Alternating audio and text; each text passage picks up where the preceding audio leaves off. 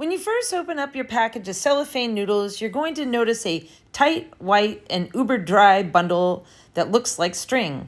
Hence the reason why you want to soak them for about 20 minutes in cold water before cooking.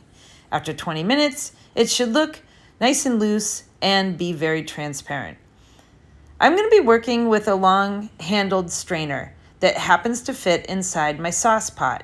If you have a colander or any sort of a strainer that fits inside of a pot, use it. It just makes it safer and much more efficient to work with. If you don't happen to have one, just use a pair of tongs. I'm now going to transfer these noodles over into the simmering water, where I will stir them for about 5 to 7 seconds or until they turn nice and loose, very limp, and very transparent.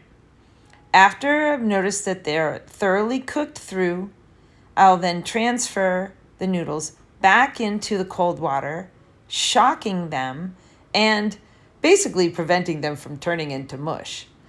Make sure you toss them in the cold water, then drain and strain and pour them into an empty bowl. This is where we'll apply oil, much like applying oil to pasta, to make sure that the noodles don't stick together. I'm working with sesame oil to add extra flavor to my final dish. By the way, cellophane noodles are extremely long and very stringy, hence the reason why you might want to cut them with either a pair of scissors or with a knife before adding them into your final dish. And this is how you make cellophane noodles.